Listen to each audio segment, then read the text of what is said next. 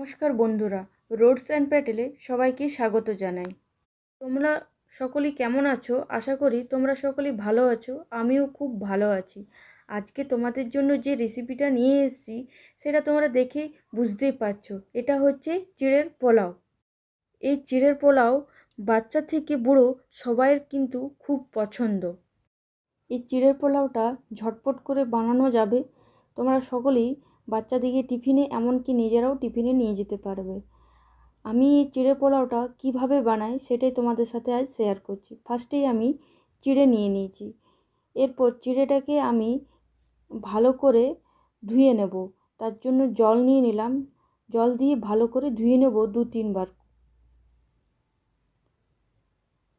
আমার চিড়েটা ভালো করে ধোয়া হয়ে গেছে। এবার একটা পাত্রে ভালো করে জল ঝরিয়ে রেখে নেব। আমি কিছুটা চিনে বাদাম নিয়েছি, আর কুচি কুচি করে কাজুটা আমি কেটে নিয়েছি, আর তার সাথে কিশমিশ নিয়েছি, বাদাম নিয়েছি, আর 2টো কাঁচা লঙ্কাকে ভালো করে কুচিয়ে নিয়েছি। তোমরা সকলে দেখতেই পাচ্ছ। এরপর গ্যাসে আমি একটা কড়াই চাপিয়ে নেব। ওর মধ্যে আমি সাদা তেল দিয়ে দেবো। তোমরা চাইলে সর্ষের তেল বা ঘি দিয়েও করতে পারো। এরপর আমি 2টো তেজপাতা দিয়ে দিয়েছি, আর একটা শুকনো লঙ্কা দিয়ে দিয়েছি। এরপর 1 চামচ জিরে দিয়ে দেবো। ভালো করে ফুটে যাওয়ার পর আমি এখানে সাদা কালো 2টি সর্ষে দিয়ে দেবো। দেওয়ার পর 1/2 চামচ হলুদ গুঁড়ো অ্যাড করে একটু লবণ দিয়ে দিচ্ছি। এরপর আমি একে একে করে কাঁচা লঙ্কাটা দিয়ে দেব। কুচিয়ে রাখা কাঁচা লঙ্কাটা ভালো করে একটু ভেজে নেব। ভাজা হয়ে যাওয়ার পর আমি চিনে বাদামটা এর মধ্যে অ্যাড করে দেব।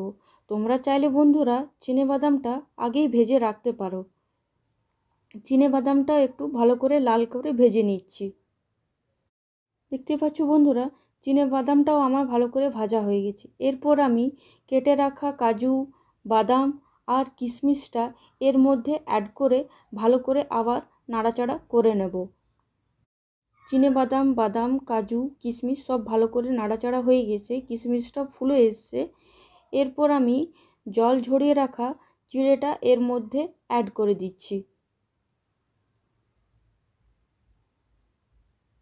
অ্যাড করে দেওয়া হয়ে গেছে। এরপর ভালো করে আমি নাড়াচাড়া করে নেব। দেখতেই পাচ্ছ বন্ধুরা, আমি নাড়াচাড়া করে নিচ্ছি চিড়েটা। দেখতে পাচ্ছ বন্ধুরা, চিড়েটা আমার খুব ভালো করে নাড়াচাড়া হয়ে গেছে, কাজু, কিশমিশ, বাদামের সব কিছুর সাথে মিশে গেছে। এই পর্যায়ে আমি 6 চামচের মতন চিনি অ্যাড করে দিচ্ছি। আমি কিন্তু মিডিয়ামে আঁচে চিনিটা দিয়েছি। চিনিটা দেওয়ার পর চিড়ের সাথে ভালো করে মিশিয়ে নেব। চিনিটা আমার খুব ভালো করে মেশানো হয়ে গেছে, তোমরা সকলেই দেখতেই পাচ্ছ। এরপর আমি আগে থেকে কেটে রেখেছি ধনেপাতা, এর মধ্যে ধনেপাতাটা অ্যাড করে দিয়ে আবার একটু ভালো করে নাড়াচাড়া করে নেব। নাড়াচাড়া করে নেওয়ার পরে আমাদের কিন্তু কমপ্লিট একটা মিষ্টি চিড়ের পোলাও। তোমাদের সকলের কেমন লাগলো আমার এই নতুন রেসিপিটা নিশ্চয়ই কমেন্টের মাধ্যমে জানাবে। বন্ধুরা, আমার নতুন ভিডিও দেখছো, তোমরা সকলে সাবস্ক্রাইব করে নেবে আর বেল আইকনটা ক্লিক করে নেবে, তাহলে আমার রান্নার নতুন নতুন আপডেট তোমরা সকলে পাবে। আর প্লিজ লাইক, কমেন্ট, শেয়ার করতে ভুলবে না। ধন্যবাদ।